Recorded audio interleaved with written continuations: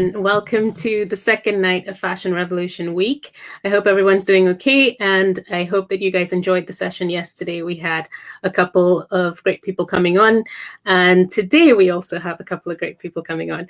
So interestingly, this event has attracted a lot of people from outside of the group. So tonight we're going to have someone from outside of the group speaking, as well as someone who's a part of the membership, the Eco Business Growth Club, who will be talking about her products. So I want to make sure that everyone can follow on. So I'm just going to make sure that it's all live on Facebook and everything's working fine. And if you feel like joining in, there's a link in the group. I think if you check in the announcement section, there's a link in the group if you want to join in with us and have a conversation with us as well as we go along today. So let me just make sure that we are live.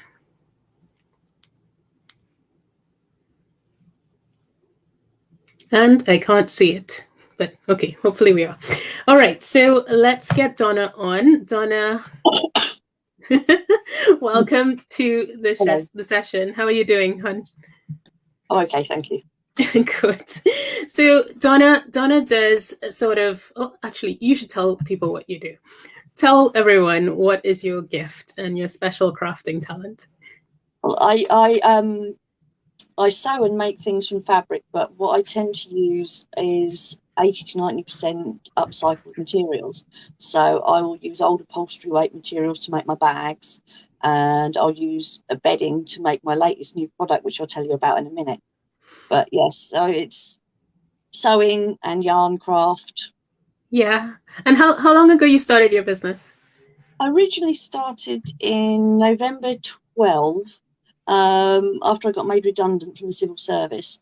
I couldn't find a job, so keep myself occupied. I've always been crafty.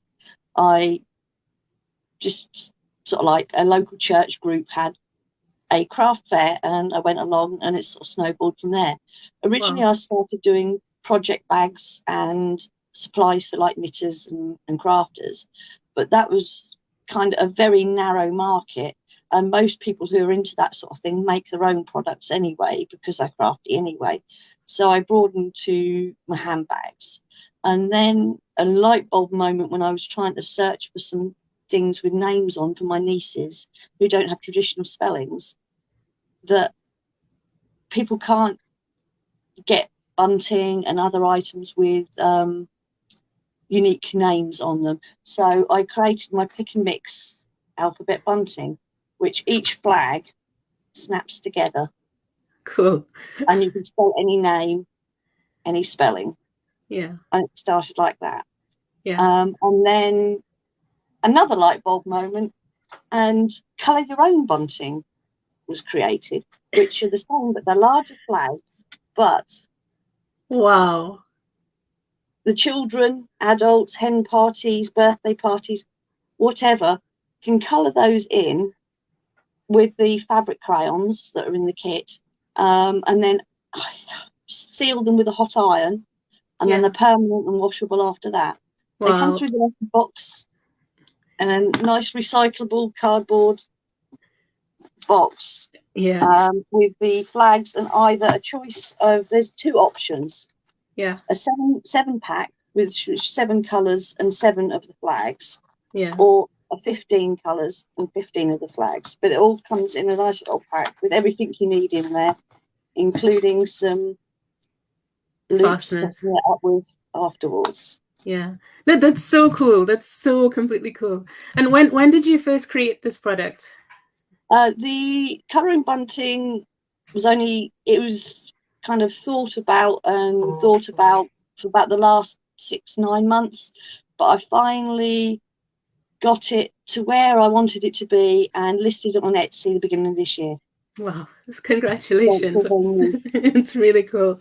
And I think, it's quite a challenge, because I think the whole coronavirus has changed a lot of things, right? So we're not partying anymore. It's harder to I think last year, if you launched this last year, probably, at the beginning of the year, it would have taken off a lot faster than this year, because still we're kind of cautiously stepping into getting into a different type of reality now. But I think it's such a great gift and an idea for anyone. And the fabric is upcycled cotton bedding. So Yeah. it's no minimal waste, because the small bits that I do have left over, I also do fabric sculpture, so Wow. that they will be going into the mix for this fabric sculpture items later in the year. That's so exciting. It's really, really cool. And I'm looking forward to seeing how you're able to grow this and get the word out there. So with Catherine and I will support you in the group and see how we can get the word out. Yeah, All right. So I'm on and Etsy, Loopy Loo Creations, and I'm on Instagram and Facebook as Loopy Loo Creations as well. perfect. Thanks so much, Donna, for joining Thank us you. and for sharing. I really, really love your product. Thank you. All right. So now we're going to welcome on Adam. Hello. Hi, Adam. How are you doing? I'm good, thanks. It's very exciting. So we haven't met yet, so I'm going to allow you to introduce yourself. I've seen a couple of pictures and I've seen a bit of your background, but do introduce yourself to the group. Sure, okay. So I'm Adam and I run Craft Box Club, which is a completely plastic-free craft box subscription. Oh, perfect. So tell us about how that works. The craft kits come in a box like this to your door, and they contain everything that you need to make a craft project. And there's no plastic in the packaging, and all of the materials are locally sourced and nice and natural materials. And yeah, you've got everything that you need to make something, and they all come with a video guide as well. So it's really clear. The steps are laid out for you, and you can follow through and craft along with that video. And how much does this cost? Like what kind of outlay does this make? And do you have to order it on an ongoing basis, or is it just a one-off order? How does it work? So you can buy the kits individually for about £25, but if you subscribe, then that gets better value. So a 3-month subscription is the minimum. Is the sort of best value you can go for. That's about £60, and you can go from there. Yeah, cool. And tell us a bit about why you decided to go in this direction and how long you've been in business as well. So about 2 years ago, I was kind of stuck in a dull corporate job that I wanted to get out of, and I had a desperate need to be creative. And the only craft kits I could find around the place were just stuff full of plastic. You get more plastic in it than the craft materials a lot of the time. And they were just things that I didn't really want to make. I'd also seen friends and family get craft kits, and you get the watercolor paint set or whatever, and that just sits in the cupboard a lot of the time. So I wanted something that people would really use and that wouldn't add to all of the plastic. So for about a year, I trialed the boxes in live workshops. So kind of real life. You remember real life? Real life workshops with real humans.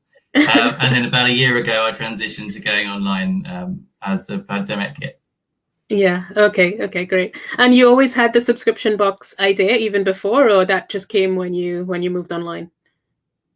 It's always been kits. So the original idea was to get people to do lots of different crafts together, which is really good fun. And the fact that they're sort of all boxed up and ready to go made that a bit easier to do. And just as I've learned how to build the business and how to do and teach more crafts, the subscriptions evolved out of that. Yeah, exactly. Oh my goodness. So where are you located, and like where can people order from? Can they order from anywhere, or how does it work? So it's you can order to anywhere in the world. So we're shipping to all over Europe and the US, mostly in the UK. People can order from craftboxclub.com. Okay. And you get a delivery. We do deliveries every week. So unlike most subscriptions, which are you'd have to wait a month, you get it pretty much instantly. Yeah. Have you thought about, so this is just me getting ideas about business now, but have you thought about potentially maybe not subcontracting, but maybe even franchising a little bit in places where the shipping might not make sense? So for example, if you have sustainability in your mind, obviously like shipping to Australia might not make sense, right? But have you thought about, getting someone else to use your brand as well, as a way to spread the word and increase the reach of your items.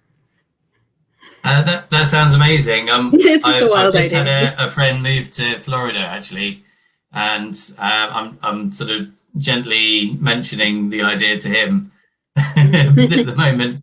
But no, yeah, you're right on the shipping front. It would be nice to be based in some other locations and franchise out at some point. It still feels pretty early days at the moment, but it'd be great to expand a bit. Yeah. And how do you go about like finding out more about the sustainability of the products you have inside? So I know generally speaking, we think paper is better than plastic. Yes, for sure.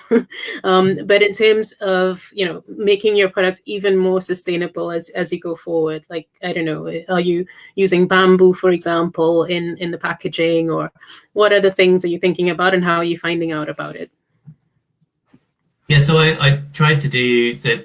It's quite a challenge to come up with the craft every month, and then also use the eco-friendly materials. But to be honest, constraints often lead to inspiration. So it's quite. I just love discovering all these different materials and learning how to use them in different creative ways. So yeah, in terms of the materials, it's just I'm on the internet all the time trying to discover these new things. And when I find a supplier that I like, so that I get their wool from a supplier in Yorkshire, and I was initially looking for one sort of thing, and they've got a whole range of other products, which are sustainably sourced, and they're really, really nice quality. So I I do the research, find people that I want to work with, and then try and incorporate those sustainable materials into my kits. Okay. And in terms of validating your suppliers, like I know this is one of the biggest challenges for a lot of sustainable businesses. It's like suppliers don't tend to want to tell you everything on their websites. How do you go about making sure that your supplier is legitimate when they tell you that this is sustainably sourced? Do you check for certain certifications, or is it more of a relationship? So at the moment it's just a trusted relationship, and it's finding things. So for example, where I'm looking for yarn, it's not acrylic yarn, which is essentially plastic yarn, be going for the real deal and trying to find things like that. So that's what I'm talking about really. I guess in terms of the packaging, I use wood wool, not wood wool, wood, what do you call it? Is it wood wool? Yeah, so shredded wood. Okay. Essentially to do the package, and just the research sort of tells me that that's like the least processed, least energy intensive packing material. And it really works for us. Oh, perfect. So it sounds like you and Donna can probably do a collab. Yeah, I love the fanting. Yeah, it's a very nifty kit as well. And anything you want to tell about the journey for you and kind of the ups and downs that you might want to share? Well, I guess it's just that first year of testing and trialing things. My kind of my sense was that people would want to be as creative and as brave about being creative as I was, and I'm just happy sort of throwing paint around and having fun with it. But I think people really need the guidance and the hand-holding to before they can get creative, and they really need the inspiration and to know what to do. So that was something that was kind of a hard lesson to learn. In the first year I was going, let's just all throw paint around, it'd be great fun, and people will go, what are you talking about? I think what you're saying is basically we need to understand our ideal customers a lot more, and I think I totally follow you there. When I got started in my business, I thought everyone was purpose driven, and I knew everyone wasn't purpose driven, but I thought they could all be if I told them to be. It doesn't work like that. So you kind of need to figure out where your customers are and what they're really interested in.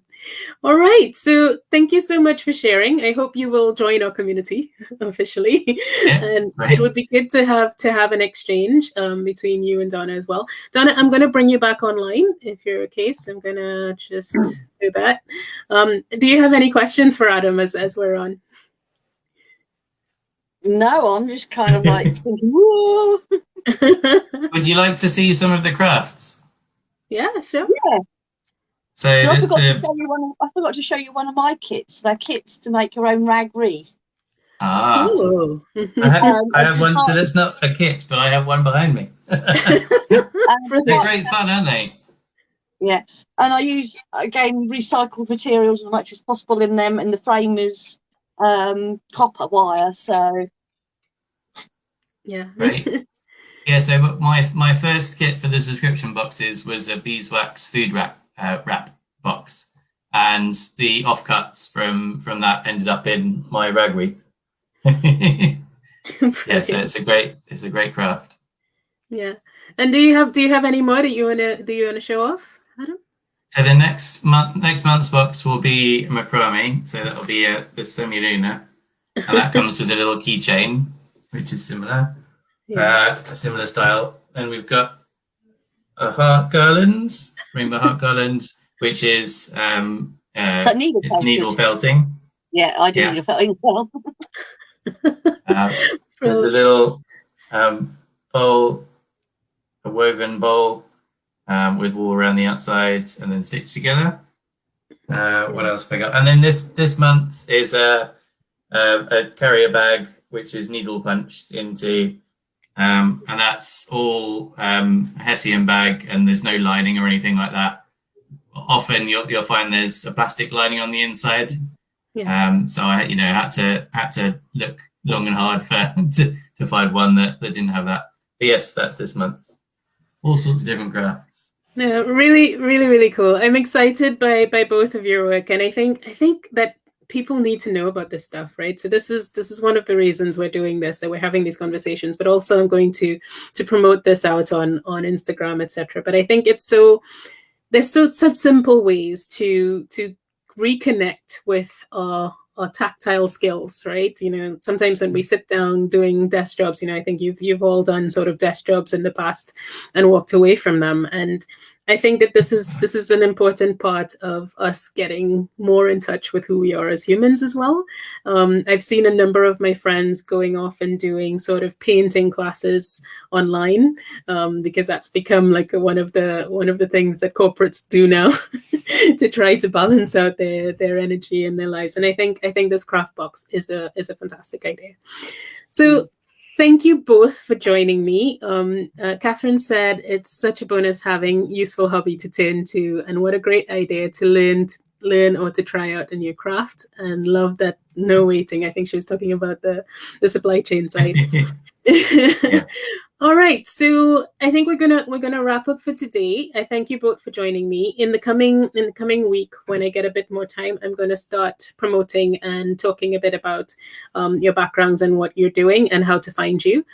So once I have all your links, etc., I will be sharing it as well on the socials. And what I hope to do in the next month, is to have one kind of web page built around the group, which will then start communicating about brands like yours in the craft space, etc. I think it's a good idea to kind of group you all together and show people what's possible as well. All right. So thank you very much for joining me. Thanks, it's been a pleasure. Cheers. See you all. Bye-bye. Bye.